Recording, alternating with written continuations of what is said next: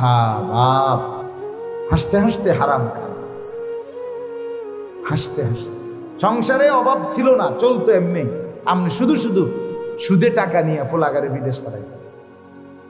এবারটা বিদেশ না গেলেও সুদের টাকা দিয়ে আপনার সংসার চলত। আপনি হাসতে হাসতে আমি আশা করি হারাম খাইলেন, হারাম খাই হাসতে হাসতে মিশা কথা কই।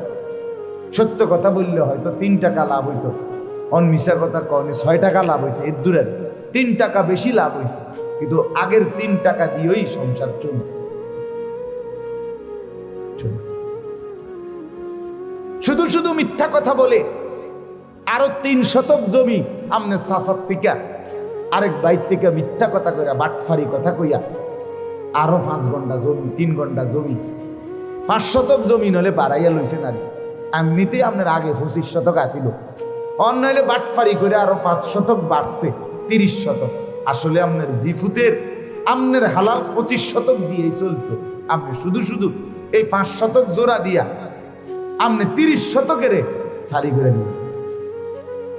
আপনি পুরা বালতি দুধের মধ্যে ওই 1 ফোঁটা পেশাব দিয়া পুরা দুধটারেই কি করে দিলেন, নাপাক করে দিলেন। আপনি বোকামি করলেন, আহম্মকি করলেন, আপনি বেওকুফ না আহম্ম। জিফুতের লেগে করছি দৌড় মিয়া, আপনি বেওকুফ নিয়ে হারাম খোর। আবার জিফুতের লেগে কি করছেন? হারাম খোর তো হারাম খোর, সুদ খোর তো সুদ খোর, কিস্তি খোর তো কিস্তি খোরে, মিথ্যুক তো মিথ্যুকই। আবার এর ভালো মানুষ কেন কথা বলেন না?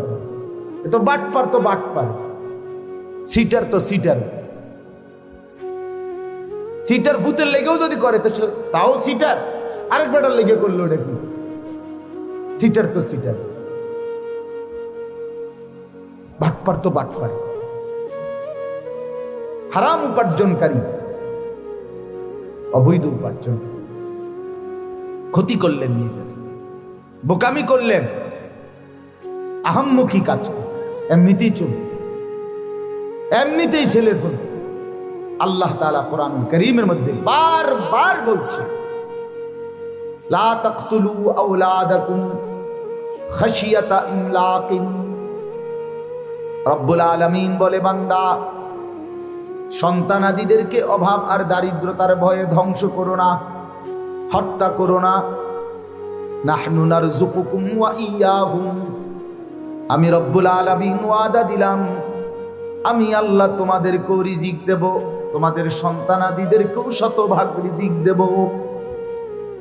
আমি দেব, তুমি বানাও নাই, আমি বানাইছি।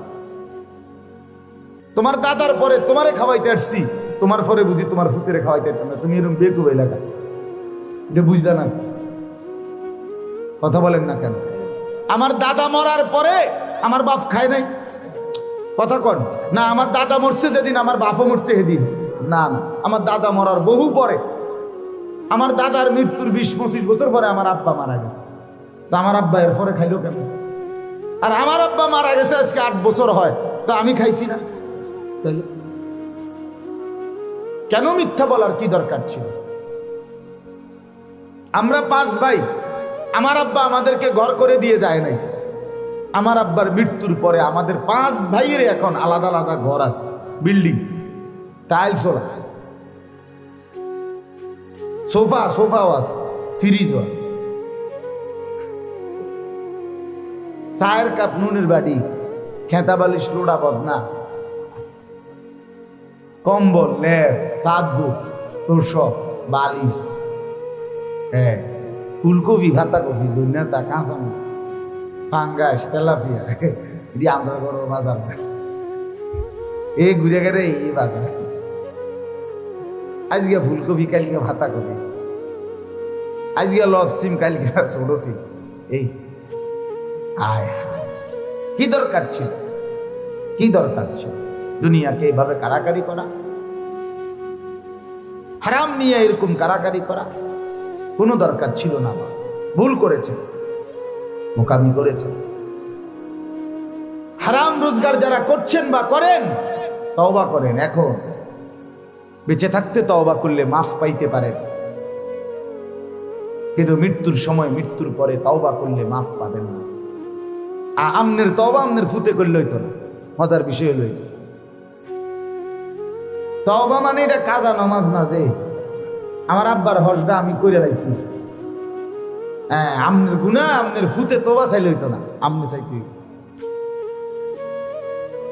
যার গুনাহ তার তওবা, তার গুনাহ তার। 100 টাকা দিয়া ইমাম সাহেবরে দিছেন আর ইমাম সাহেব তওবা করায় দিয়া আমনের আব্বারে বেহেশতে ফাটাই দিব। হ্যাঁ বেহেশত ইমাম সাহেবের বাপের সম্পত্তি। হ্যাঁ ইমাম সাহেব বেহেশত গিয়ে আইছে যে আমি একটু লই আইছি, মোট 6 তালা মোট আমি বুকিং দিছি, এখানে মোট আশা করি 30 জন কইরা 180 জন থাকতে পারবে। ইহাই বললে আমি ওরা দিতে রাজি। কথা বলেন না? বেহেশত ইমাম সাহেবের বাপের। ইমাম সাহেব 100 টাকা দিয়ে কি তওবা করা? এত বেটা 90 বছর বুড়া, তার পূব নাই পশ্চিম নাই উত্তর দক্ষিণ নাই, উনি কিছুই জানে না, ওনার দম টানে, উনি কিচ্ছু বলতে পারে না এখন এই মুহূর্তে, তার কোনো সেন্স নাই, অনুভূতি নাই, হেতের তওবা করা। বাহ, ওটা বেহেশতে যাইবো গা। ওটা এই পিছনের জিন্দেগির চুরি বাটপারি মদ জুয়া সুদ ঘুষ সিটারি সব 100 টাকার উপরে।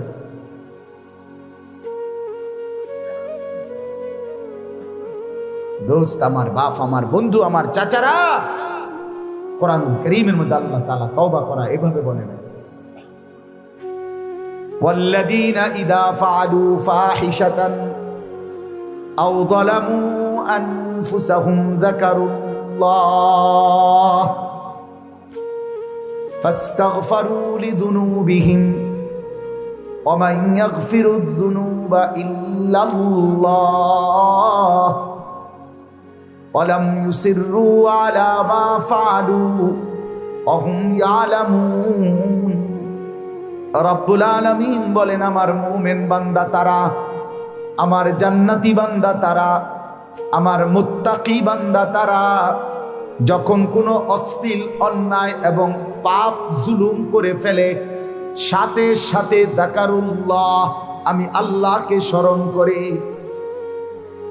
ভুল হয় যখন স্মরণ করে তখন, ফাহিশা অন্যায় অশ্লীলতা করে ফেলে যখন, আমি আল্লাহকে স্মরণ করে তখন। আর স্মরণ করে কি করে? ফাস্তাগফারু লিযুনুবিহিম, নিজের জিন্দেগির গুনাহের জন্য আমি আল্লাহর কাছে ইস্তিগফার করে, তওবা করে। রব্বুল আলামিনকে ডাক দিয়ে বলে, মাওলা আমি গুনাহ করে ফেলেছি, আমি এক্ষুনি চিরতরে ছেড়ে দিলাম। মাওলা বেঁচে থাকতে আর করব না, ওয়াদা দিলাম। আমি মাওলা বড়ই লজ্জিত, অনুতপ্ত, আপনি মাফ করে দেন, আমি ক্ষমা চাইলাম। রব্বুল আলামিন বলে, বান্দা দিল থেকে সত্যিকার অর্থে এই 3 কথায় যদি তওবা করো, আমি আল্লাহ ওয়াদা দিলাম, আসমান পর্যন্ত যদি গুনাহের পরিধি উচ্চতাও হয়, আমি তাও মাফ করে দিলাম। উলাইকা জাযাউহুম মাগফিরাতুম মির রাব্বিহিম, বিনিময়ে আমি আল্লাহ মাফ করে দিলাম, মাফ করে দিলাম। আসমান ছোঁয়া গুনাহ মাফ, সাগরের ফেনা পরিমাণ গুনাহ মাফ, বেটা মাফ। জমিনের বালু করা পরিমাণ গুনাহ, এই পৃথিবীতে বালুর কণা কত কোটি, হিসাব আছে নাকি? কোন ডেজার্ট দিয়ে যে বালু হালায়, গুন্যাসান না কত 10 শতক জায়গার বালুটা, বালু একটা একটা করে গুনেন, এটা তো টেহার লাগিয়া না, মাপে ফিট, মাপে স্কয়ার ফিট, এটা তোর বালুর সংখ্যা না, এটা হলো তাদের মজুরি নেওয়ার লাগে একটা হিসাব বানাই নিছে। জমিনের বালুকণা পরিমাণ যদি গুনাহ, আল্লাহ বলে হুঁশ থাকতে বুঝ থাকতে ছেড়ে দিয়া আর করবা না, ওয়াদা দিয়া লজ্জিত হয়ে মাফ চাইলে আমি তৎক্ষণাৎ মাফ করব। রাতে আসলে রাতেই মাফ, দিনে আসলে দিনেই মাফ। ইন আতাইতানি লাইলান আতাইতুকা লাইলান, আল্লাহ বলে বান্দা গুনাহ নিয়ে যদি রাত গভীরে আসো, আমি মাগফিরাত নিয়ে রাত গভীরেই আসবো। তুমি আসবা যখন আমি আসবো তখন। শীত নাই, গরম নাই, রোদ নাই, বৃষ্টি নাই, আলো নাই, অন্ধকার নাই, সময় নাই, মুহূর্ত নাই। আসবে যখন মাফও তখন। সুবহানাল্লাহ। তো আমার কাছে আসতে হবে, তুমি আইতে হবে। তুমি আরেকজনকে পাঠাও, 100 টাকা দিয়ে হুজুর পাঠাও। হ্যাঁ, চিটারি করছো তুমি, আমার হুজুরের কান্দে উড়াই দিছো। কথা বলেন না কেন?